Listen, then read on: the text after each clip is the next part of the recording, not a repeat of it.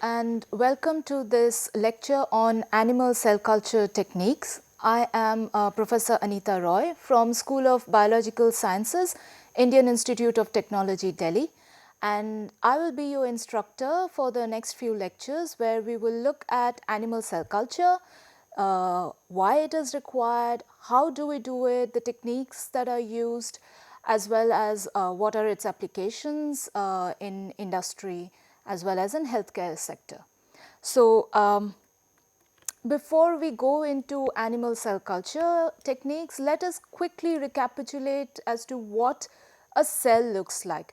So, broadly the cells in our living world can be divided into prokaryotic cells or eukaryotic cells.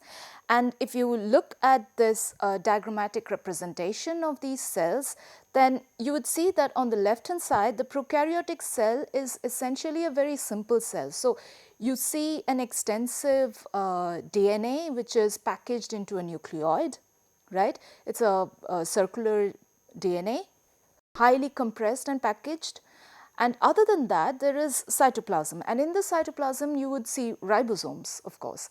But you wouldn't see any other organelles as you would in a eukaryotic cell.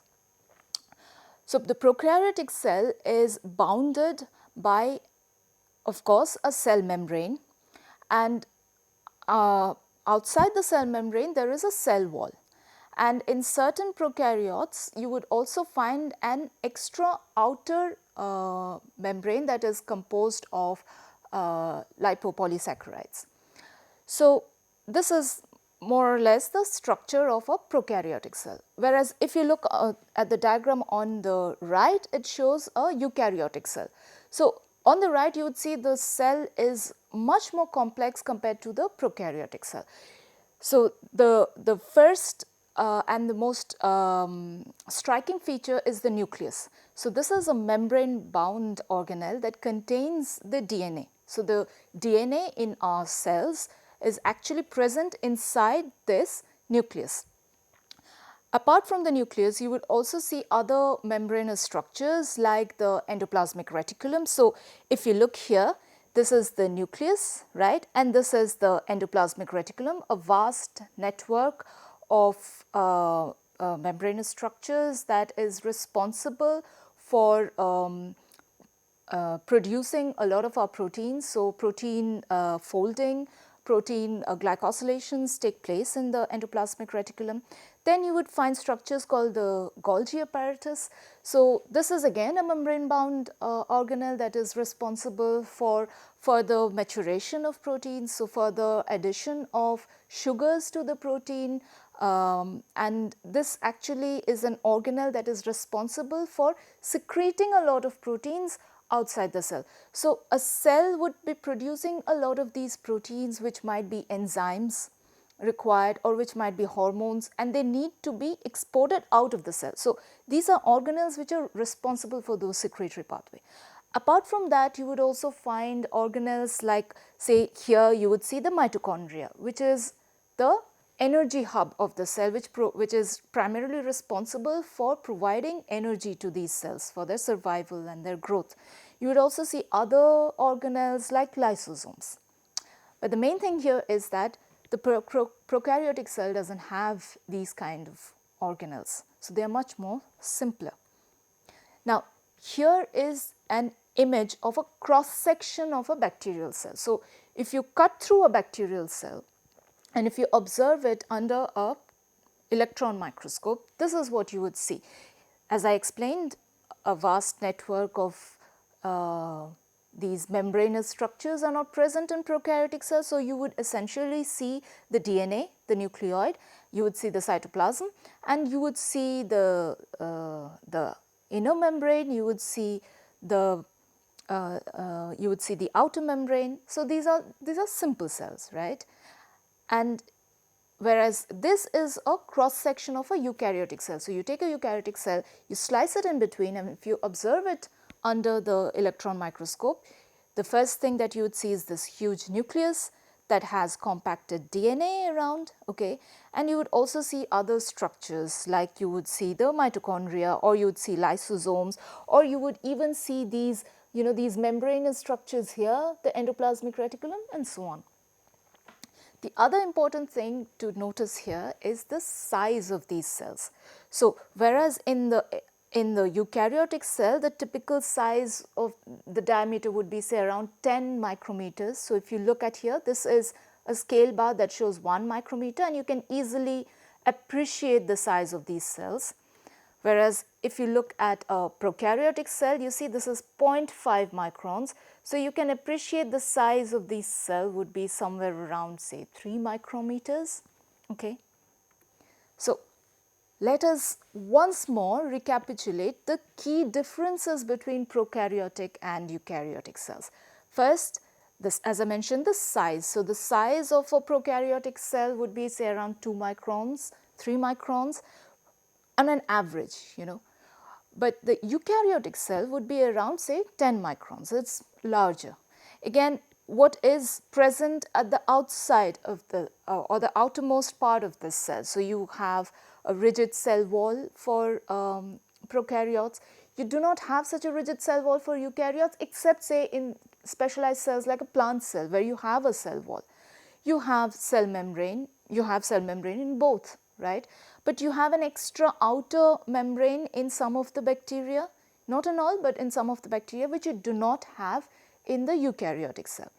Then you have a cytoplasm in prokaryotes, which is very simple. Eukaryotes, of course, you have these other membranous organelles, and the organelles are important. They have important functions, and these important functions are basically the reason why you need to culture animal cells. It is not enough to do it in bacteria. And then again, the average doubling time. So, for a bacteria say typically E. coli, you would need to give it 20 minutes to double. For an average eukaryotic cells, you would need somewhere around a day for the cells to double in numbers. So, as I explained, prokaryotic cells are simpler, right? They are very simple structures. So, if you try to produce some proteins in bacteria, you would be able to produce some of them, but not all of them. Why? Because they do not have necessary organelles, necessary, if I say infrastructure, necessary enzymes that are required to produce the specialized proteins that are usually seen in our body. Okay. So, eukaryotic cells are equipped with that kind of machinery. They have the necessary tools to produce proteins, say immunoglobulins. Okay. These are proteins which require to be modified, glycosylated to increase their half-life, which cannot be done in a bacterial system. Okay. So, again, let us come back and look at the unique case of animal cells. What is it that the human cells do that the bacterial cells cannot do, and therefore we need to culture human cells? So, here is an example. We are living in the times of COVID, right?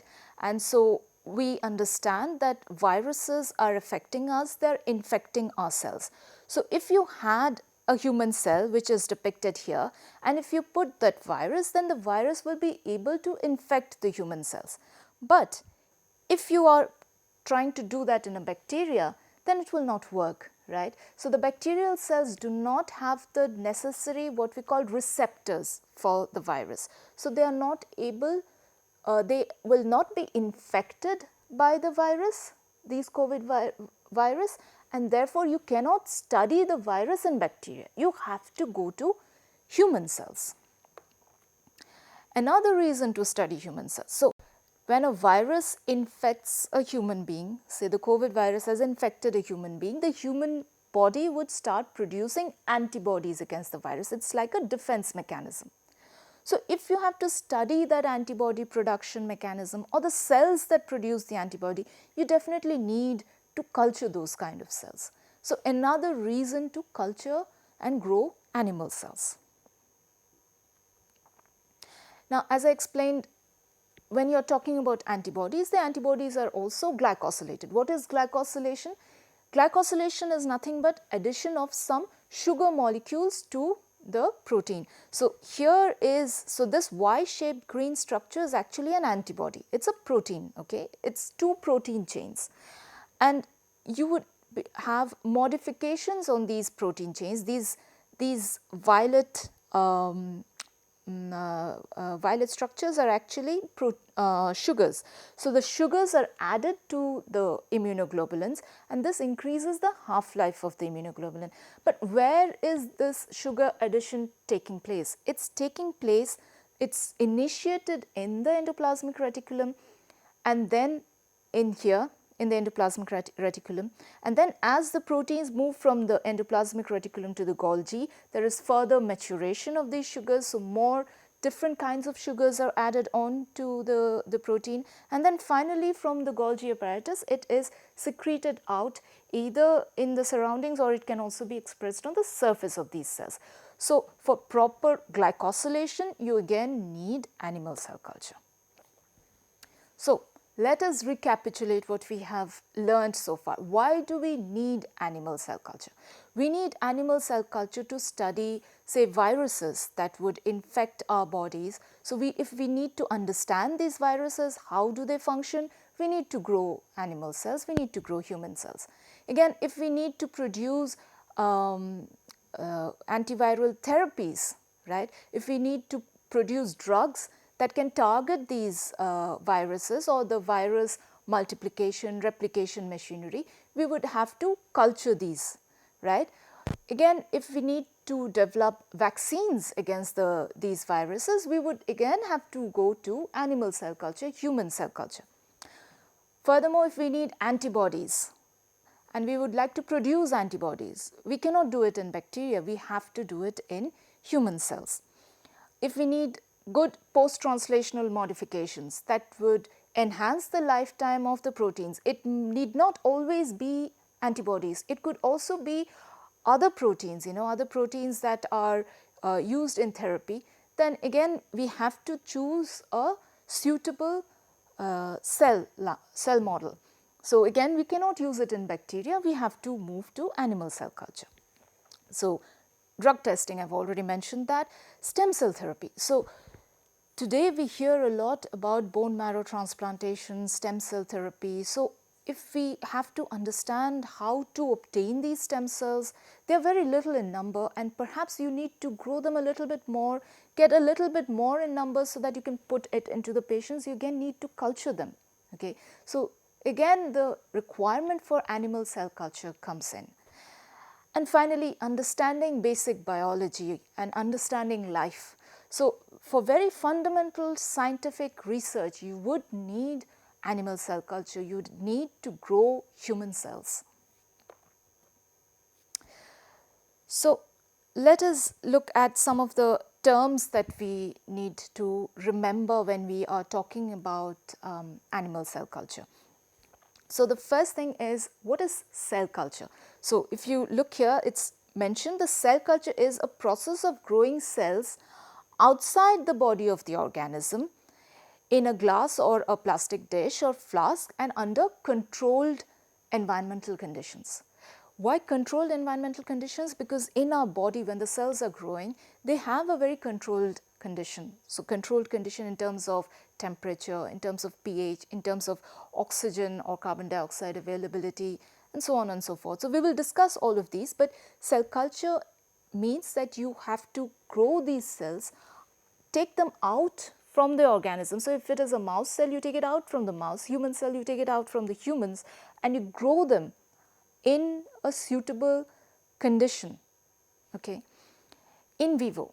So, in vivo is a term that describes study of say tumors or cells inside an organism. So, in vivo, inside the living organism, say you are looking at how a tumor is growing in a human being or how cells are dividing in a mouse. So, that would be in vivo. In vitro, so when you take that tumor cells out and grow them in a plastic dish, in a glass dish, that would become in vitro. Okay. Literally translated as in glass. You can have in silico. So, nowadays you can simulate a lot of these conditions. So, if you exactly know what are the conditions that affect growth of a cell, say you have given X amount of glucose, Y amount of oxygen, and if you play around with these parameters, you understand that how fast your cells will grow, and you can simulate this whole thing on your computer, on your desktops or your laptops, then that would be in silico. There's another term that we would use very frequently, and that is clone. So what is a clone? So I think the word itself may not require an introduction, because we use it in our everyday lives nowadays. But clone for a cell would be when you take a cell and when you let it divide and it grows into a number of cells. So each of these cells would very closely resemble the initial cell. So this population that has grown out of this initial cell would be the clone of this cell, and each of these cells in the population will also be clones of each other. So they would be very similar to each other, almost identical. I said almost identical. Okay, so what are the advantages of using cell culture? So the first advantage is because you are starting with starting material and you can grow them, you can produce a clone. So they are very similar to each other, almost identical, right? And this is very important because when you're doing drug testing, and if you have cell A behaving in a certain way and cell B behaving in a certain way, and they will both respond to the drugs differently, then you do not know what to conclude. So it is important to have cells which are very similar, almost identical to each other, to understand how much of drug causes what amount of response, right? So they are very homogeneous. That's one of the advantages. The second is that you can control physicochemical parameters almost very precisely. So you can control pH, oxygen, all of these parameters can be controlled very easily. And then the third thing is that when you're growing these cells in vitro, right, outside the body of an organism, you can very easily manipulate the cells. So suppose you do not want a certain gene to be expressed, a certain piece of DNA to be expressed. You do not want a certain protein to be present. You can simply add something called an RNAi, which would silence that gene. So let us take a while and try to understand what this is. So you have a DNA, right? You have a double helical DNA that is coding for your certain protein. And this piece of DNA would then produce an mRNA, and from there you would get your protein, okay? You do not want, for certain reason, this protein to be expressed. You do not want this protein to be expressed. What can you do? You can produce an interference. That is, if you produce an RNAi or a piece of RNA which has complementarity to this mRNA, then by certain mechanisms, this mRNA is degraded and the protein production is inhibited, right? So that you can easily do this. You can also add certain proteins into the cell, but it's easier to add the DNA than to add the protein into the cell. So if you know the DNA corresponding to the protein you want to be expressed, you can simply add that DNA into the cell, and this is a very easy technique. It's we will learn about the techniques used to do this, and similarly you can manipulate, which means that given a homogeneous cell population, you can add or delete a protein and see the effects. So some things that we would like to do in the laboratory. And so together these make the cells very conducive for biopharmaceutical companies and biopharmaceutical application. However, there are certain limitations. As I explained, that these cells require very definite conditions to grow. And if you are growing cells in very large amounts, large numbers, then achieving this condition can become difficult. There are ways to overcome it, but again it is quite difficult to achieve these conditions, and it's also quite costly. The second thing is that it's very highly sensitive to perturbations, which means that again you have to maintain those conditions, the conditions of temperature, pH, everything very accurately. All right. The third thing is that you are growing a homogeneous population of cells, right? They're very identical to each other. This has its advantages. As I explained, if you have cell A behaving in a certain way, cell B behaving in a different way, then if you add drugs, you are not looking just at the effect of the drugs, you're also looking at different behaviors of cell A and cell B, right? But in a homogeneous identical population, you're just looking at the effects of the drug. Now, if you think of our human body, it's not made up of one particular cell. We have like billions of cells in our body, and each of them are quite different. So the cells that constitute your muscles are quite different from cells that constitute your brain. So the neurons are different from the muscle cells, right? And they're also very different from the blood cells. And all of them together constitute the human body. So when you add a drug, it's not just the effect of the drug on a particular cell, because the drug is also going to different parts of your body. So your muscle cells would also be looking at it, your blood cells will also be looking at it, and so would the cells in your stomach. So therefore, ideally, if you are trying to understand how a drug would affect, you would have to look at the whole organism, not just a cell. So these are certain limitations. You can understand the effects up to a certain point, but beyond that, if you have to understand the effect of the drugs, you have to go into an organism, say a mouse or a human being. Alright, so far we were looking very generally at animal cell culture. What is the importance of it? What are the limitations of it? Why do we need animal cell culture? Why can't we just culture bacteria? Because they grow faster, But we cannot always produce everything in bacteria, so we need animal cell culture. But now let us go back into the history of animal cell culture and try to understand from a historical perspective how animal cell culture actually started, how human cell culture started. So it all started with George Gay and Margaret Gay. Now George was working in Johns Hopkins, and what he was trying to do is he was trying to get cells, human cells, growing indefinitely in his laboratory. And he used to receive patient samples. So one of this patient sample from a woman called Henrietta Lacks arrived one day in his laboratory, and this tumor sample, he used that to produce the first human cell line, which is called HeLa. So here on the right, you can see the image of a HeLa cell line. This is the first cell line to be produced, the human cell line to be produced. So you can see here it's got very distinct nucleus. You can see the shape of the cells, very beautiful cells, alright, and the very first cell. But as I mentioned, it was obtained from a patient who was suffering from carcinoma, adenocarcinoma. And that cancer was taken out from the body of the patient and was from that cancerous mass, they produced these single cells that were then adhered on the plate and they grew indefinitely. So that gave rise to the first immortal cell line, HeLa.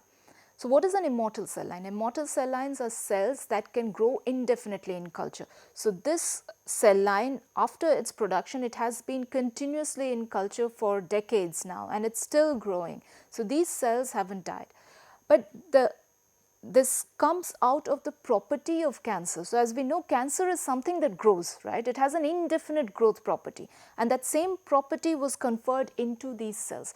So if you take these cells, put them in certain number on a plate, right, in the proper growth condition, they will grow and they will grow until they fill up this entire plate. And then you take some cells from here, put in another plate, and they will keep growing. So this keeps repeating. Now let's come to some fun facts, okay. So we have learnt about HeLa, the first immortal cell line, the human cell line, right? And you also know about polio. So not so long ago in India, we had incidences of polio until polio vaccine eradicated polio from our country. But the first polio vaccine to be used for large-scale immunization was developed by Jonas Salk.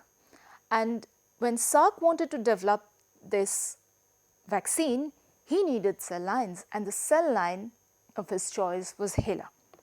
And in fact, George Gay had shown quite earlier that you could use HeLa cells and infect them with poliovirus, and poliovirus does indeed infect these HeLa cells. So, you could imagine that this was really revolutionary in those times. They were using a cell line that they had newly found, and that could be used to produce in some form vaccines, right.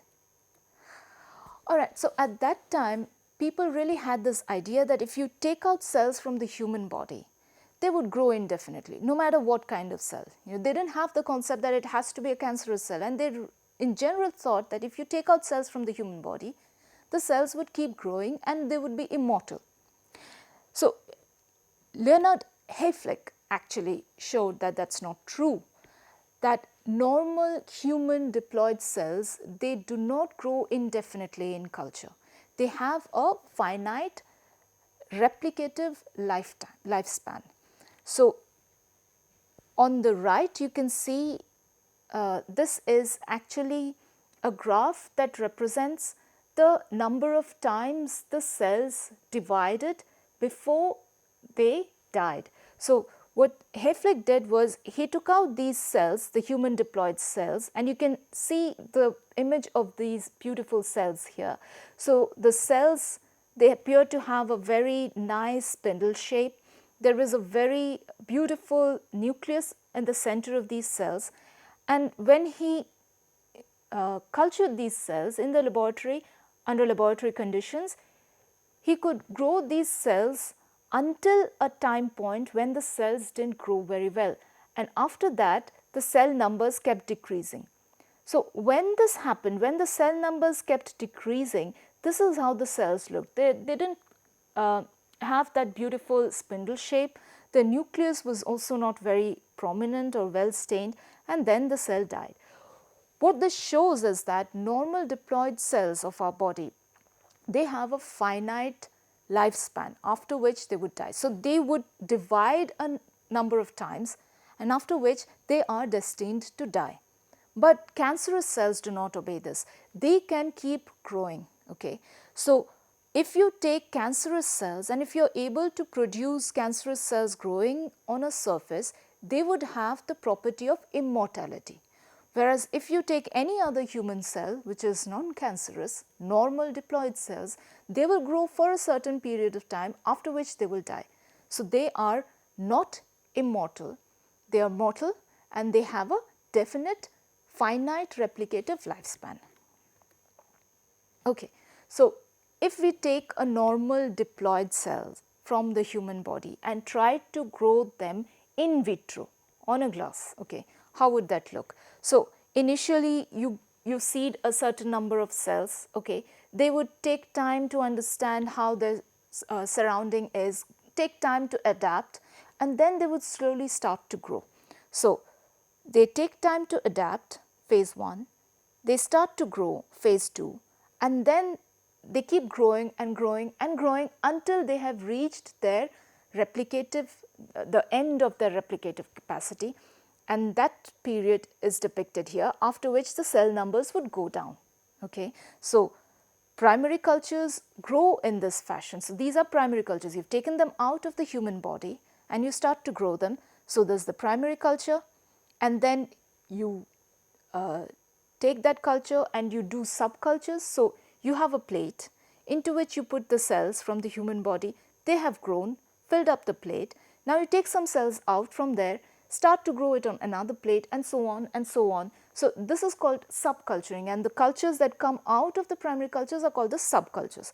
So, you keep growing them and they would be growing in this exponential phase, the phase 2, and after which there is a cessation of division. So, they will not divide anymore. They do not die instantly, they are still metabolically active. They do not instantly like stop dividing and start dying. That does not happen. They stop dividing, they are still alive, active metabolically, but they will stop dividing, and then their numbers would go down and they would die. So, then we come to two more terms, continuous cell cultures, right. So, if you are taking out cancerous cells from the human body and you are trying to grow them. So, suppose you have taken a few cells from a cancerous mass and you put them on a plate, and then after some time you would see that the cells are growing, they will fill up the plate. You take some cells out of this plate. So, this is called subculturing, right. You take out some cells from this plate because it is filled up, you take out some cells from this plate, put it in another plate, that is subculturing, and then again they would keep growing. You repeat that, they would again keep growing. You repeat that, they would keep growing. So, this is a continuous cell culture. The cells are immortal, right. Whereas, if you have a finite cell culture with a definitive lifespan, then you take out those few cells from the human body, normal diploid cells, you put them on a plate, they will grow, they will fill up the plate. You can do a subculture, you can take some cells out, put it on another plate, again they will grow, they will fill up the plate.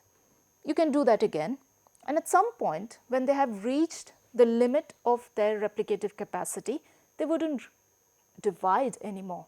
They would still be alive until they slowly start to die out.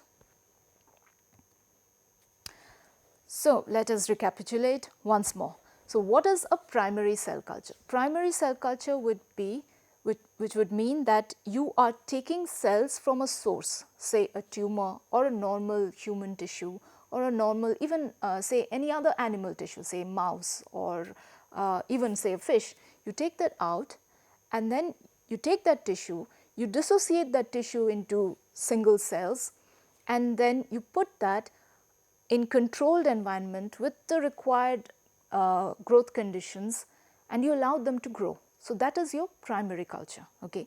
So, what is a secondary culture? Now, your primary culture has grown, okay. It has filled up the plate. You take out some cells from that primary culture, put them into a new plate. So, now you have made a subculture. So, this is now your secondary culture, and if you can keep doing this repeatedly, that would give rise to your cell line. Now, cell lines can also be of two types. Suppose you have taken cells from a cancerous tissue, so that would have immortal capacities. Then those cells can be grown indefinitely in culture. You can keep subculturing them, okay, and there's no limit to their replicative capacity. In that case, it is a continuous cell line. Whereas, if these cells are normal diploid human cells, then they would have a finite replicative capacity. After some time, they will die. So, therefore, you can subculture them once, maybe twice, maybe thrice, maybe 100 times, but not more. Once they have reached the limit of their replicative capacity, they will stop dividing, and then they will slowly die out. Okay. So, along with this, there are two important concepts, very important concepts that I would like to give you, and that is intrinsically linked to animal cell culture. So, as I explained, you can take some cells, right, from say normal human cells, diploid human cells with a finite replicative capacity. You have taken those cells, you have put them on a plate, and you have put so many cells on a plate. They are growing, and then they would grow until they fill up the plate. So, what happens when they fill up the plate? Then you take out some cells from here and you do something called a passage or a passage. What this actually means is that you are taking out some cells from a plate where the cells have grown to their maximum capacity, and you are subculturing them. From that plate, you are putting them into a fresh plate, so that they again start growing. But why do you need to do this? Why can't you just keep them in that plate and they would grow and grow? Do they grow? No, they do not. They do not, because these cells are anchorage dependent. There are two terms here. So, first term is anchorage dependence. What does that mean? So, most cells in our body, except say cells of the blood, which are of course in the blood and they are in the flow, but most cells in our body, they require a certain attachment to grow. So, they are not free floating, they are adhered somewhere, and as long as they have that surface to adhere and attach, they grow and they are happy and healthy. But the moment they do not have that attachment, they stop dividing. Okay, so this is called anchorage dependence. But this anchorage dependence is a property of normal cells. Cancerous cells have lost this anchorage dependence and they simply start to pile on top of each other. So that is one of the reasons why cancers can grow, whereas when we are born with a certain size of our organs, or say our hands, our legs, but during our lifetime our hands grow in size, right? Some of our organs grow in size. Now how does that happen? That is very controlled. We do not end up with a hand that was supposed to be this long but has ended up being 4 meters long. It doesn't happen because the cells have anchorage dependence. So long as they have this the layer on which they can grow, they grow. After that, they don't. Cancers don't abide by that. Therefore, the cancers grow massively. Or tumors don't abide by this, and tumors can grow massively. So, if you were to culture cancerous cells, then you would find that even after the cells have filled up the plate, they start piling on top of each other, and they do not grow as monolayer, a single layer of cells. They can pile up on top of each other. Okay. So, along with this, another concept is the concept of contact inhibition. So, as I explained, here is a dish. So far you were looking at the dish from the top. So, here is a dish and you are looking at it from the top. So, suppose you are looking at the dish from the side. So, this is that kind of view, and you have cells growing on this. You have added some cells and you are culturing them in the right conditions. So, they will grow and grow, and normal cells, as I said, would grow until they have this layer to grow on. But cancerous cells don't obey that, and they can pile up on each other. So, another concept here is the concept of contact inhibition. So, these cells, they not just understand that there is no surface to grow, but they also understand that they are completely covered by their surrounding cells. When that happens, that is called contact inhibition. They stop growing. So, this is again a property of normal cells. Cancerous cells do not obey this. They do not show contact inhibition. They do not obey these laws, and therefore, they can pile up on top of each other, whereas normal cells do not. All right. So, let us go to some fun facts. Okay. So, we have understood that when cells grow, they grow as a monolayer, except for cancerous cells, right? The cancerous cells, they can pile up on top of each other. So, if we are growing cells on a monolayer and they have covered up completely the plate, we need to transfer them to a new plate. So, from one plate we could make say 4 plates, because now we have enough cells to have some cells in say 4 plates, or we could even put them in 8. We could put them in 2 new plates. So, when we do this, when you do this kind of a subculturing, or when we passage these kind of cells, how do we do it? We use something called trypsin. Okay. So, trypsin is present in our gastric juice. It is an enzyme, and that is responsible for digesting proteins, right. So, trypsin is used in cell culture, and it is used to get these cells detached from the plate. And the first use of trypsin was done by Rouse and Jones, and Rouse is also credited for showing for the first time that viruses are also responsible for causing cancers. So, what we do in the laboratory or in cell culture is that when you have this plate that is completely covered with cells, you add a little bit of this trypsin, controlled amount of trypsin, for a controlled period of time. You cannot keep it very long, because then they will start to digest all the proteins present on the surface of the cell. You do not want that. So, controlled amount of trypsin, controlled amount of time, and you would see that the cells will detach. When they detach, they lose their shape and they will start floating. So, then you can take the cells, wash them, put them in. So, from one plate you can put them in say 2, 4, 8, as many number of plates as is required, and then you can do subculturing or passaging. So, let us recapitulate again what we have learnt so far. So, what is a primary cell culture? So, you have an organ or you have a cancerous mass, You take that organ or you take that cancerous mass and you can macerate that mass to produce single cells.